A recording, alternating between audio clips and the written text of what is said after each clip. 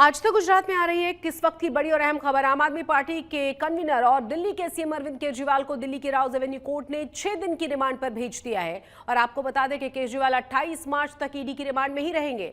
28 मार्च को ही दोपहर 2 बजे कोर्ट में उनकी पेशी होनी है। उधर गुरुवार रात केजरीवाल की गिरफ्तारी के बाद देश की राजनीति गर्मा चुकी है। बड़ी खबर इस वक्त की आपको बता दें, 28 मार्च तक ईडी रिमांड पर, यानी लगभग 6 दिन की ईडी रिमांड पर उन्हें भेज दिया गया है। आइए सीधे लिए चलते हैं आपको संजय शर्मा हमारे सहयोगी हमारे साथ इसी खबर पर जुड़ेंगे। राउज एवेन्यू कोर्ट में दरअसल आज सुनवाई हुई, जिसमें ईडी की तरफ से तमाम दलीलें अरविंद केजरीवाल के खिलाफ रखी गई। वहीं दूसरी तरफ जो अरविंद केजरीवाल है, उनकी तरफ से 3 वकीलों ने बात रखी। लेकिन इन सब के बीच राउज एवेन्यू कोर्ट ने 28 मार्च तक यानी 7 दिन की ईडी रिमांड में भेज दिया है अरविंद केजरीवाल को। यानी तय मानिए कि इस होली अरविंद केजरीवाल ईडी की कस्टडी में रहेंगे, उनसे सवाल जवाब होगा। ईडी ने पहले से ही स्ट्रैटेजी बनाई है कि जो अन्य मुख्य आरोपी है उनसे आमना सामना कराकर पूछताछ की जाएगी। केजरीवाल को 7 दिन की रिमांड पर भेज दिया है आज राउज एवेन्यू कोर्ट ने। ये बड़ी खबर इस वक्त की हम आपको बता रहे हैं। 7 दिन की ईडी रिमांड पर है। 6 दिन है दरअसल, 22 से आप 28 मार्च देखिए तो 6 दिन की ही ईडी रिमांड ये होती है। 6 दिन की ईडी रिमांड। ईडी ने 10 दिन की रिमांड मांगी थी और 6 दिन की ये रिमांड उन्हें मिली है। 25 को होली है, ऐसे में 26, 27, 28 उसके 3 दिन बाद तक उन्हें रिमांड में ईडी रखकर पूछताछ करेगी। यानी 6 दिन की रिमांड मिली उन्हें, और उसमें ये देखा जाए तो आज का दिन भी काउंट ही किया जाता है। और 28 तारीख को शाम 4 बजे तक या 5 बजे तक का टाइम होगा, जिसमें उनको अदालत में पेश करना पड़ेगा और ये बताना पड़ेगा कि आज की रिमांड खत्म हो गई है और आगे कितने दिन की रिमांड और चाहिए, और उस रिमांड पर बहस करनी होगी। तो जाहिर है कि 4 बजे से पहले ही अरविंद केजरीवाल को लेकर आना पड़ेगा, क्योंकि उस दिन ये बताना पड़ेगा इनको कि ईडी को कि उन्हें क्या अगले और दिनों की रिमांड चाहिए, और दिनों की रिमांड चाहिए तो उन्हें यह बताना पड़ेगा कि इन 6 दिनों में आपने क्या किया है और क्या क्या टास्क आपके रह गए हैं जो आपको करने हैं। उसमें फिर वो अगले 3 या 5 दिन की रिमांड मांगेंगे, और उसमें ये देखना दिलचस्प होगा कि कोर्ट कितने दिनों की रिमांड देता है। तो मुट्ठी भींच कर कोर्ट रिमांड देता है। और अगर हम बात करें तो ईडी या जांच एजेंसी जो भी होती है उसको कम समय में ज्यादा से ज्यादा काम करके दिखाना पड़ता है। तो ये तमाम चीजें ऐसी हैं जिसमें 6 दिन की पुलिस रिमांड है, लेकिन बड़ी ईडी की रिमांड है। लेकिन संजय सिंह जिस समय गिरफ्तार हुए थे तो दिवाली उस समय उनकी भेंट चढ़ी थी, और आज जब अरविंद केजरीवाल गिरफ्तार हुए हैं और ईडी की उस पर गए हैं तो होली उनकी भेंट चढ़ रही है। तो ऐसे में ये बहुत छुट्टी का दिन भी होगा, छुट्टियां भी होंगी इस बीच, और 28 तारीख तक उन्हें पेश करना पड़ेगा वापस। तो यानी कुल मिलाकर इसमें जितने सारे लोगों का क्रॉस कराना है, उनके आमना सामना कराना है, दस्तावेजों की तस्दीक करानी है, और तमाम लोगों के जो बयान हैं इसमें, उन बयानों पर उनकी सहमति लेनी है, उनसे पूछना है कि ये बयान दिए गए, इसमें आपको क्या कहना है। तो ऐसी बहुत सारी चीजें, इलेक्ट्रॉनिक एविडेंस हैं जिनसे उनके तस्दीक करानी, उनसे पूछना है कि ये डॉक्यूमेंट कैसा था, कैसे था, क्यों था, ये तमाम चीजें उनसे लेनी, उनके बयान दर्ज कराने हैं।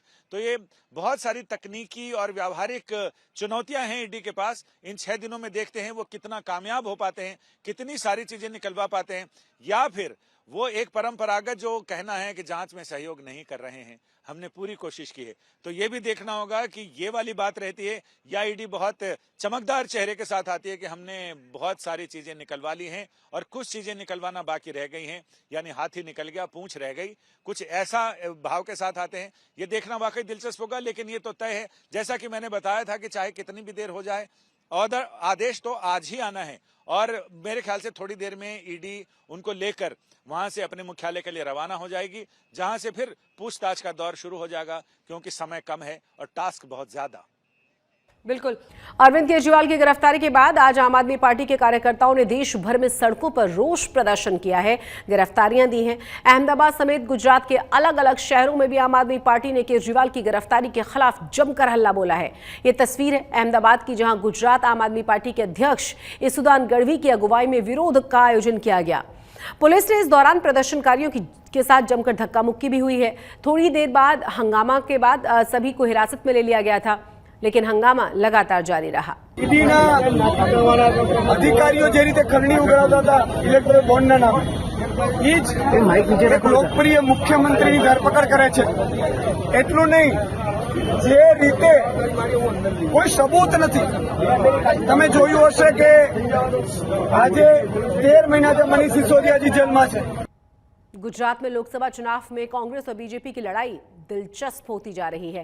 कांग्रेस ने इस बार कई मजबूत उम्मीदवारों को चुनावी मैदान में उतारकर बीजेपी के मुकाबले जंग को दिलचस्प बना दिया है। कांग्रेस की तीसरी लिस्ट में 11 और उम्मीदवारों के नामों का ऐलान कर दिया गया है। आइए जानते हैं बीजेपी के मिशन 26 का मुकाबला करने वाले इन उम्मीदवारों के बारे में। पूरी जानकारी आपको देंगे।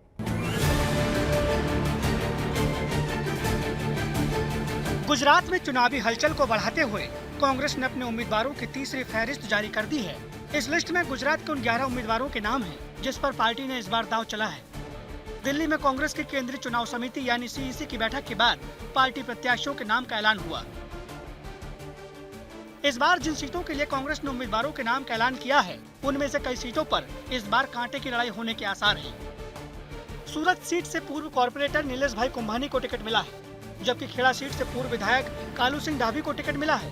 छोटा उदयपुर से पूर्व विधायक सुखराम राठवा, साबरकांठा से पूर्व केंद्रीय मंत्री डॉक्टर तुषार चौधरी, राजकोट से पूर्व विधायक परेश धनानी, तो आनंद से गुजरात विधानसभा के नेता विपक्ष अमित चावड़ा, पाटन से सीनियर लीडर चंदन जी ठाकुर, अमरेली से जेनीबेन ठुम्मर, पंचमहल से गुलाब सिंह चौहान और दाहोद से प्रभाबेन ताबियाट को टिकट मिला है।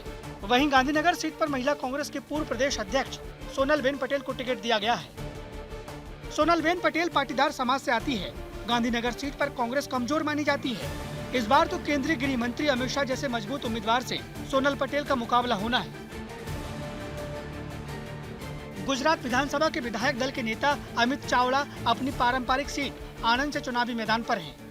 आनंद लोकसभा सीट पर पारंपरिक तौर पर सोलंकी चावड़ा परिवार का दबदबा रहा है। अमित चावड़ा यहां से 5 टर्म से विधायक रहे हैं। अमित चावड़ा का मुकाबला भाजपा के मौजूदा सांसद मितेश पटेल से होना है। पूरे गुजरात और देश में इस बार जनता परिवर्तन के लिए वोट करेगी, क्योंकि ये सरकार पिछले 10 साल में मुट्ठी भर लोगों के लिए काम किया है। आम जनता को ऐसा एक भी काम, एक भी कानून ऐसा नहीं बना कि जिसकी वजह से लोगों को लाभ मिले। तो आने वाले समय में हम जनता के बीच में जाएंगे, लोगों के आशीर्वाद लेंगे और आनंद से शुरू करके पूरे गुजरात में कांग्रेस और गठबंधन के लोग चुन के आएंगे और देश में एनडीए नेतृत्व में नई सरकार बनेगी। पाटन लोकसभा सीट पर ठाकुर मतदाता का प्रभाव ज्यादा रहा है, इसलिए कांग्रेस की ओर से चंदन जी ठाकुर मैदान पर हैं। पाटन पर उनका मुकाबला यहां से 2 बार के सांसद भाजपा के भरत जी ढाबी से है। भरत जी ढाबी ठाकुर समुदाय से आते हैं। भरत भाई ढाबी जो एमपी मेंबर ऑफ पार्लियामेंट थे, उसको 5 साल में जो करना था कुछ नहीं किया। पूरे गुजरात में एमओयू होते थे, भारत भर से एमओयू होते थे, पाटन जिला को बाकात क्यों रखा? पाटन में एक भी इंडस्ट्री नहीं बनी, पाटन में एक भी कुछ रोजगारी मिले ऐसा धंधा नहीं हुआ। पाटन में जो राणकी वाव वर्ल्ड हेरिटेज के साथ मुकी हुई थी, इसमें कुछ डेवलप नहीं हुआ। आज विदेश से लोग आते हैं, एक बार आते हैं, दूसरी बार नहीं आते। कांग्रेस ने पंचमहल से गुलाब सिंह चौहान को टिकट दिया है। इस बार भाजपा और कांग्रेस दोनों ने क्षत्रिय उम्मीदवारों को टिकट दिया है। औरतों पे अत्याचार और जो बेरोजगारी, ये सब मुद्दा लेके हम जाएंगे। इधर हमारे यहाँ रेलवे नहीं है, सिंचाई का प्रश्न है और दूसरा पीने का पानी का भी प्रश्न है। आप देखते होंगे कि वास्तव में बड़ा भ्रष्टाचार हुआ है। पानी का प्रश्न जो हुआ है उसका भी हम ये प्रश्न लेके हम जाएंगे और कांग्रेस को मजबूत करेंगे, जीतेंगे। छोटा उदयपुर से पूर्व विधायक सुखराम राठवा आदिवासी मतदाता बहुल सीट पर अपनी किस्मत आजमाने उतरे हैं। राठवा लंबे अरसे से कांग्रेस के जमीनी कार्यकर्ता हैं। दोनों पार्टियां मिलकर चुनाव लड़ेगी तब महोत्सव होगा। एक पार्टी ही खाली चुनाव की बात करेगी तो इसमें मजा नहीं आएगी। हम भी चुनाव में मैदान में है। 21 संसदीय क्षेत्र से मुझे टिकट दी गई है और मैं पूरी कोशिश करूंगा कि छोटाउदेपुर वाली बैठक वर्षों पुरानी कांग्रेस की रही है। मैं कब से कहता हूं, 2 महीने से पहले कहता हूं, 33% कांग्रेस बैठक जीतेगी, यानी करीबन 8 बैठक हम जीतने जा रहे हैं। खेड़ा से कांग्रेस उम्मीदवार कालू सिंह डाभी पूर्व विधायक रह चुके हैं। साल 2019 के लोकसभा चुनाव में टिकट न मिलने से इस्तीफा दे दिया था। इस बार कांग्रेस ने उन पर भरोसा किया है। वो हमको पहली बार हमारी पसंदगी की है वह पार्टी ने, और हमें पूरी ताकत से हम चुनाव लड़ेंगे। हमें लोगों के बीच में ज़्यादा हो तो बहुत सारा उत्साह है और हम चुनाव जीत जाएंगे। और क्षत्रिय सामने हम पहली बार चुनाव लड़े। क्षत्रिय के बारे में नहीं, हमारे 2009 में पण दिनशा पटेल जी पण यहाँ से चुनाव लड़ा था और जीता था और मंत्री पण बना था। એટલે દિનશા पटेल जी का भी मैं आभार मानता हूँ। कांग्रेस ने उम्मीदवारों के चयन में तो जमकर मेहनत की है, लेकिन 7 मई को गुजरात के मतदाता किसके पक्ष में वोट देते हैं ये तो नतीजा आने के बाद ही पता चलेगा। अहमदाबाद से ब्रजेश दोषी के साथ आज तक ब्यूरो। गुजरात में भगवा परचम लहराने के लिए भारतीय जनता पार्टी उम्मीदवार से लेकर कार्यकर्ता स्तर तक कोई भी कोर कसर बाकी नहीं रखती। चुनाव में कार्यकर्ता नए जोश के साथ काम करें, इसके लिए कार्यकर्ताओं के लिए नई टी शर्ट्स तैयार करवाई जा रही हैं। अहमदाबाद में पीएम मोदी के संदेश वाली इस खास टी शर्ट को बना रही एक गारमेंट फैक्ट्री में हमारे संवाददाता अतुल पहुंचे। उनकी इस खास रिपोर्ट को देखिए आप।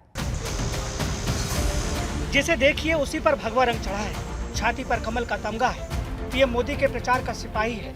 ये तो बस एक झांकी है, भाजपा की इस बार जबरदस्त तैयारी है।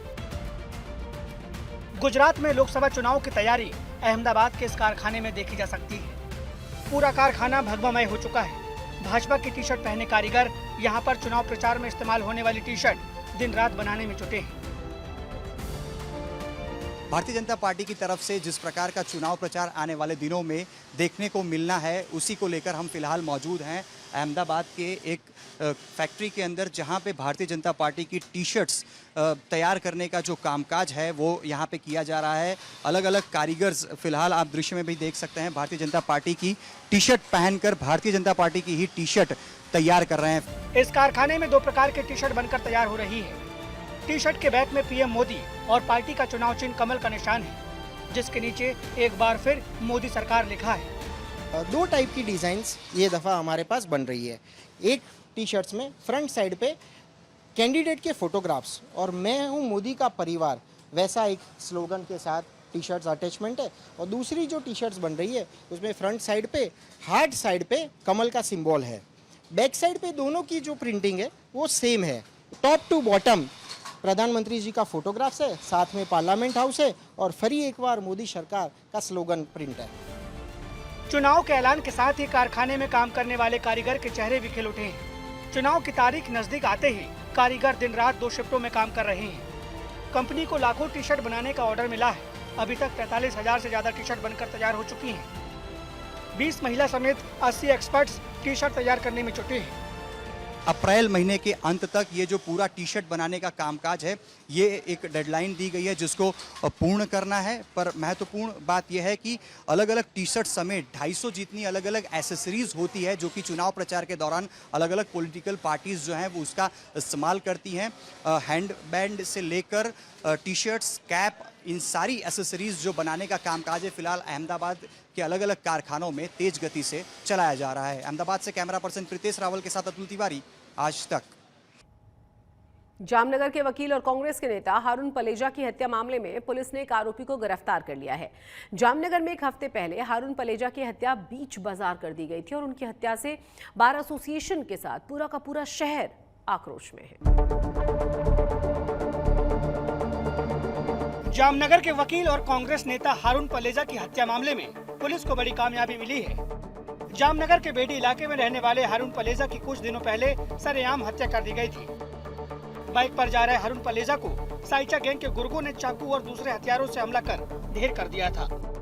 हत्या करने के बाद सभी अपराधी मौके से फरार हो गए थे, लेकिन पुलिस आखिर तक एक आरोपी का सुराग पाने में कामयाब हो पाई। हारून की हत्या के एक हफ्ते बाद पुलिस ने एक आरोपी बशीर साइचा को गिरफ्तार कर पुलिस ने कोर्ट में पेश किया। कोर्ट ने आरोपी को 7 दिनों के रिमांड पर भेज दिया है। અને બધી જે તપાસ અને તજવીજ જે છે આ ચાલુ છે. અમે જે પણ આરોપી હશે આના ઉપર પણ કડકથી કડક કાર્યવાહી થશે અને જે પણ એવો કૃત્ય કર્યો છે આ કૃત્ય પર અત્યારે અમારી એલસીબીની એસઓજીની અને બધી જે ટીમ છે એ આરોપીઓ છે આને પકડવા માટે લાગેલી છે અને આસપાસના જે બધા જિલ્લા છે આ જિલ્લાની પોલીસને સાથે પણ અમે લોકો સંપર્કમાં છીએ અને ઝડપથી બધા આરોપીને પણ અમે લોકો પકડી લઈશું અને જે પણ લોકો એવું કૃત્યમાં જે સામેલ હશે આ બધા પર કડકથી કડક કાર્યવાહી. आपको बता दें कि शहर के मशहूर वकील और कांग्रेस नेता की हत्या से जामनगर ही नहीं पूरे गुजरात में सनसनी मच गई थी. जामनगर बार एसोसिएशन ने सरेआम एक बड़े वकील की हत्या के बाद मोर्चा खोल दिया है. સવાલ મારો એટલો જ છે કે આ જે દુઃખદ ઘટના ઘટેલી છે, જે કાયદા સાથે સંકળાયેલી વ્યક્તિ જે સમાજના ન્યાયથી વંચિત લોકો માટે ન્યાય માટે લડે છે એવા એડવોકેટ અને એની પણ જો કોઈ સલામતી ના હોય અને એની પણ સરા જાહેર હત્યાઓ થતી હોય તો હું માનું છું કે ભવિષ્યના દિવસો એવા આવશે કે ન્યાયતંત્રને પણ તાળા લગાડવા પડે. કારણ કે આજે બેફામ બની જે ગુમતા ડોન અને માફિયાઓ જે પોતાની જાતને સર્વા સમજતા હોય ગુજરાતના તમામ બાર જામનગર બારની સાથે છે. जामनगर पुलिस एसआईटी का गठन कर इस केस की तफ्तीश में जुटी है. इस केस में 15 आरोपियों के खिलाफ केस दर्ज किया गया है. एक आरोपी की गिरफ्तारी के बाद बाकी आरोपियों तक पुलिस भी जल्द पहुंच सकती है. फिलहाल पुलिस इस सवाल का जवाब ढूंढ रही है कि हारून पलेजा की मौत की साजिश किसने और क्यों रची और किन किन लोगों ने इसे अंजाम दिया. जामनगर से दर्शन ठक्कर के साथ आज तक ब्यूरो. डांग दरबार के बाद अब बारी है डाकोर धाम की. यहाँ रंगों की तरह होली का उल्लास चरम पर है. अभी से गीत संगीत और रंगों की बहार छाई हुई है. रणछोड़ राय जी का मंदिर रंगों की रोशनी से सराबोर है. पूरे डाकोर में एकादशी फागोत्सव की धूम है और मंदिर में भक्तों की कतार. देखिए हमारी यह खास पेशकश.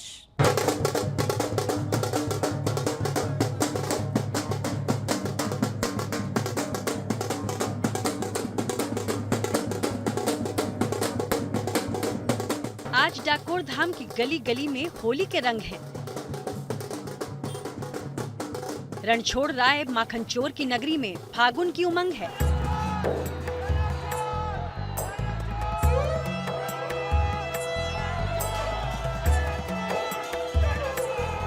रणछोड़ राय का धाम होली की उमंग से सराबोर है. पूरे डाकोर में एकादशी फागोत्सव की धूम है. मंदिरों में भक्तों की कतार है. राजाधिराज की दरबार में अबीर गुलाल है. रणछोड़ राय जी का मंदिर रंग बिरंगी रोशनी से सजा है. रंगोत्सव की ये भव्य तस्वीरें डाकोर धाम की शोभा बढ़ा रही हैं. फागुन के पूनम मेले में रणछोड़ राय की नगरी का माहौल भक्तिमय हो जाता है.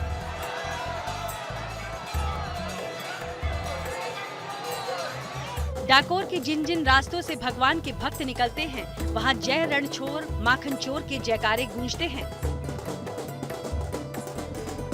भक्त भगवान के साथ होली खेलते हुए फूलों की बारिश करते हैं. भक्तों की सुविधा के लिए डाकोर धाम में 21 मार्च से 26 मार्च तक कई रूटों में बदलाव किया गया है. प्रशासन ने भी पूरी व्यवस्था चाक चौबंद कर ली है. चप्पे चप्पे पर पुलिस की निगरानी है. मंदिर में आने वाले भक्तों के लिए मंदिर प्रशासन ने 3 लाख लड्डू प्रसाद की भी व्यवस्था की है. तो दर्शनार्थियों को आने के लिए वो पैदल चल के आते हैं, श्रद्धा रखते हैं. अहमदाबाद, बड़ौदा, बॉम्बे, गांव-गांव से पैदल यात्रा करके यहाँ पर संघ ध्वजा लेके आते हैं और उसके लिए मंदिर की तरफ से 2 विसामा किया है और प्राइवेट विसामा भी होते हैं. सेवा भक्तों के लिए सब सेवा में लग जाते हैं वैष्णवजन और सभी को गाँव बीच में पानी, चाय, नाश्ता वगैरह जिनने का सब इंतजाम हो जाता है.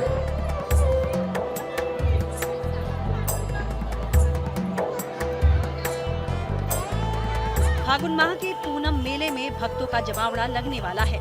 5 दिनों तक चलने वाले इस मेले में जयकारों की गूंज सुनाई देने वाली है.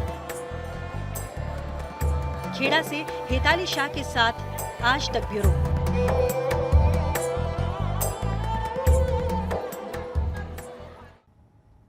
इसी के साथ आज तक गुजरात के स्पेशल बुलेटिन में आज के लिए बस इतना ही। लेकिन देश और दुनिया की तमाम बड़ी और अहम खबरों के लिए आप देखते रहिए आज तक।